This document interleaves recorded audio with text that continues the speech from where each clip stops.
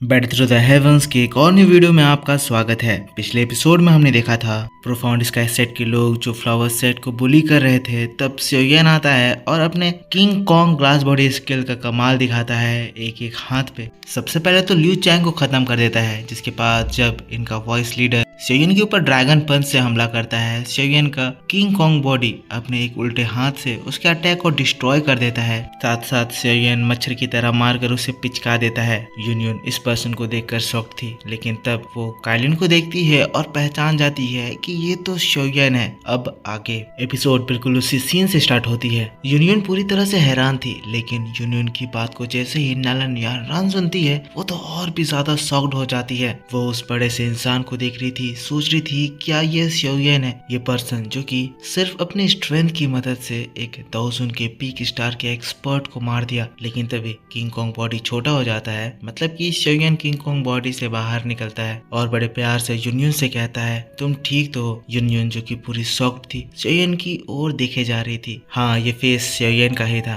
जिसके बाद थोड़ा सा रिलैक्स होती है और फिर हंसती है, कहती है तो ये सच में तुम हो। स्योयन भी स्माइल करता है, तुरंत ही एक जेड बोतल बाहर निकालता है और फिर यूनियन को थमा देता है। ये रिकवरी पिल्स थे। यूनियन भी समझती है कि ये क्या चीज है, वो उसे लेती है और फिर नालन यानरान को दे देती है। जिसके बाद नालन यानरान फ्लावर सेट के जितने भी डिसाइपल्स थे उन सभी में डिस्ट्रीब्यूट कर देती है। सभी लोग पिल्स खाते हैं, उन्हें अच्छा महसूस होता है। जिसके बाद यूनियन स्योयन को देखते हुए कहती है तो तुम लोग आखिर यहाँ पर क्या कर रहे हो। यूनियन ये कहते हुए काइलिन को भी देख रही थी, क्वीन मेडुसा जिसको यूनियन पहले से ही जानती है। शॉक्ड है कि आखिर क्वीन मेडुसा यहाँ पर क्या कर रही है। तब स्योयन स्माइल करते हुए जवाब देता है, कहता है हम लोग एंशिएंट वेस्टलैंड रीजन में ही घूम रहे थे, पर कोइंसिडेंटली हमने प्रोफाउंड स्काई सेट के मेंबर्स को देखा, जिसके बाद हमने तुम्हारे ग्रुप को सेंस करा। यूनियन हाँ में सिर हिलाती है, कहती है सच में मैंने ये एक्सपेक्ट नहीं करा था कि मैं तुम लोगों से यहाँ पर मिलूंगी। अब जिन लोगों को याद नहीं है तो मैं यूनियन और मेडुसा की पहली मुलाकात के बारे में थोड़ा बता देता हूँ। मेडुसा यूनियन को घूर कर देख रही है, बहुत ज्यादा एटीट्यूड मार रही है, एज ये तो मेडुसा का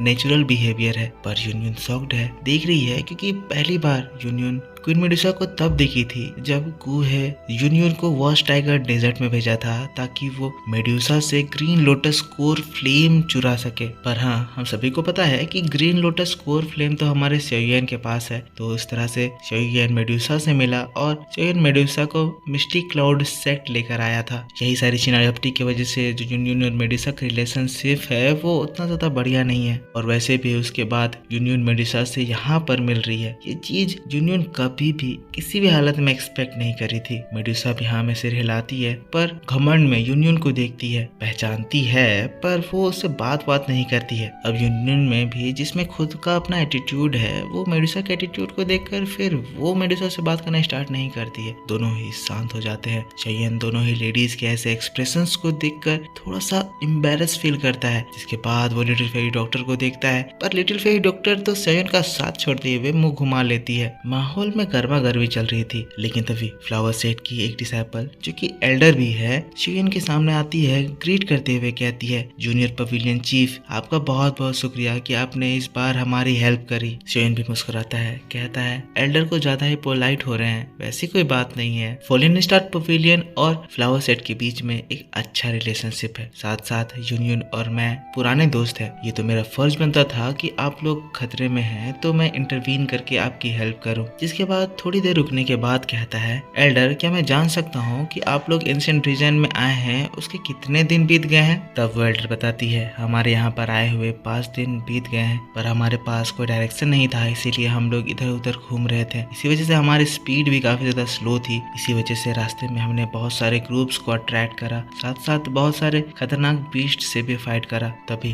प्रोफाउंड स्काई सेट के लोग हमारे ऊपर पीछे से अटैक करे और इन सब बीच में हमारे एक एल्डर की भी डेथ हो गई। शेन भी थोड़ा सैड था। जिसके बाद फिर कहता है अगर ऐसी बात है तो क्या आप लोगों को पता है कि इस एंशिएंट वेस्टर्न रीजन में दूसरे फैक्शंस कैसा परफॉर्म कर रहे हैं। तब यूनियन बताती है सभी जो फैक्शंस हैं वो तेजी से एंशिएंट रीजन स्टेज जो कि एंशिएंट वेस्टर्न रीजन में है उस ओर बढ़ रहे हैं। एंशिएंट रीजन स्टेज के बारे में बहुत एंशिएंट टाइम से बताया गया है। वो ऐसा जगह है जहाँ पर नॉर्मल लेवल के फेरेशियस बीस्ट जाने की हिम्मत नहीं करते हैं। वहाँ पर एनर्जी बहुत ज़्यादा है, इसीलिए उस एरिया को एंशिएंट वेस्टलैंड रीजन का एक सेफ एरिया कहा जाता है। जिसके बाद बताती है, वैसे अगर इस लोकेशन से हम उस ओर जाएं तो हमें लगभग 2 दिन वहाँ पहुँचने में लग जाएंगे। सेयन इस बारे में नहीं जानता था। शॉक्ड होते हुए कहता है, एंशिएंट रीजन स्टेज। सेयन सोच रहा है ये सारी बातें वो इसीलिए पूछ रहा है क्योंकि सेयन जानता है कि अगर उसे सक्सेसफुली बोधिसत्व हार्ट ऑब्टेन करना है तो इस एंशिएंट वेस्टलैंड रीजन में ही उसे किसी तरह करके अपनी पावर को और ज्यादा बढ़ानी होगी।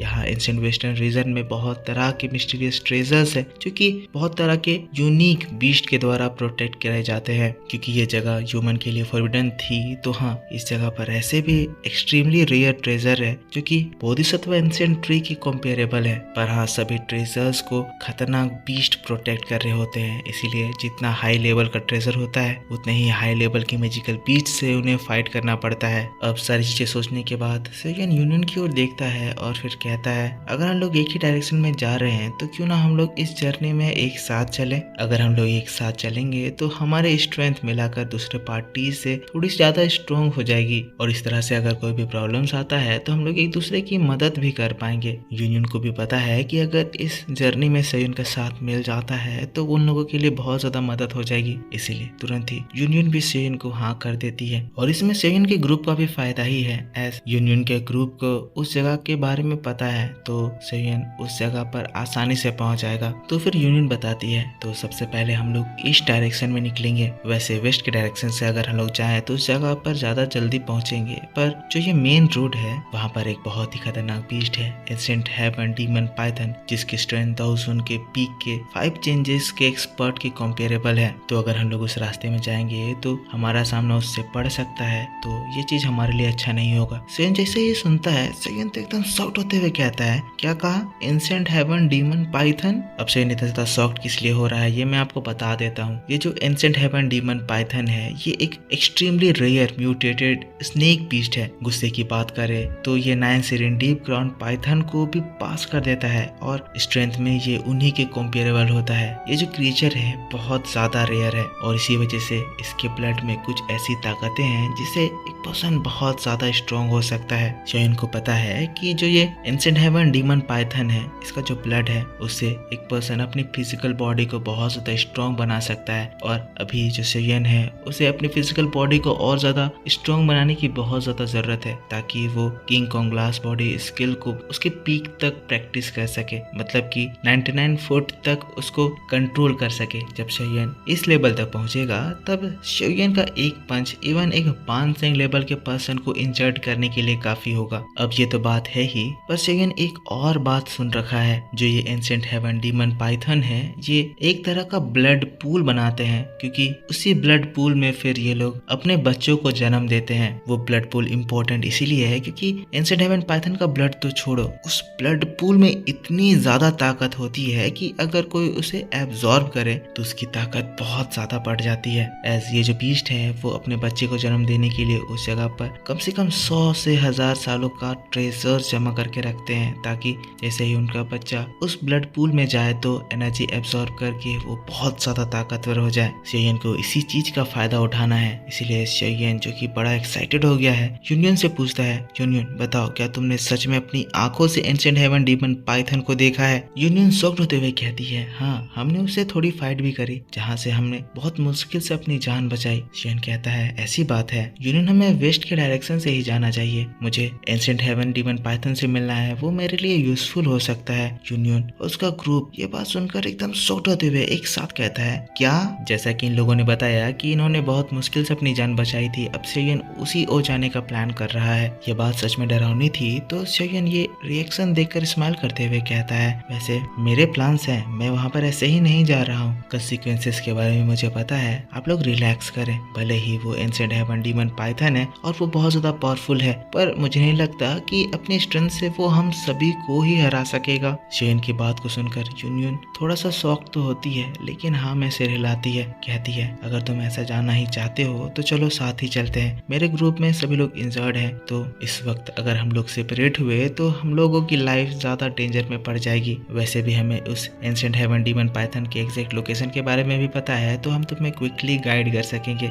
सेयन भी इस डेंजरस सिचुएशन को समझता है, जिसके बाद कहता है लगता है मुझे तुम्हें फिर से ट्रबल में डालना होगा, पर तुम लोग चिंता मत करो, जब तक मैं हूँ तुम्हारे ग्रुप का किसी भी पर्सन को कुछ भी नहीं होगा। शेन की बात को सुनकर यूनियन स्माइल करती है, कहती है सच में मुझे रिग्रेट हो रहा है कि मैंने तुम्हें ये बात क्यों बता दी। ये तो चीज वो शेन को डराने के लिए कर रही थी, तो शेन तो यहाँ पर इसको एज एन अपॉर्चुनिटी देख लिया है। जिसके बाद फिर शेन कहता है आप सभी लोग सबसे पहले रेस्ट कर लें, हम लोग आधे घंटे के बाद उस ओर निकलेंगे। सभी लोग वाकई में बहुत ही ज्यादा थक गए थे, तो सभी लोग फिर आधे घंटे के लिए रेस्ट करते हैं। इसके बाद सभी लोग उठते हैं, जाने के लिए तैयार थे, पर तभी बहुत सारी स्ट्रॉन्ग एनर्जीज उन्हीं की ओर आ रही होती है। शेन तुरंत ही कहता है सभी लोग मेरी बात ध्यान से सुनो, अपने ऑरा को छुपा लो। शेन की बात सुनते ही सभी लोग तुरंत ही अपने ऑरा को सप्रेस करते हैं और लोवेस्ट से लोवेस्ट लेवल तक पहुंचा देते हैं। एक ग्रुप था जो कि तेजी से उन लोगों के पास से गुजरता है जिनकी नजर शेन के ग्रुप पर नहीं जाती है। लिटिल फेरी डॉक्टर कहती है सच में ये लोग बहुत ही ज्यादा बोल्ड हैं, क्या इन लोगों को समझ नहीं है कि इस तरह से उड़ने से ये लोग बहुत सारे मैजिकल बीस्ट को अट्रैक्ट कर देंगे। शेन जो इन लोगों को घूर कर देख रहा था कहने लगता है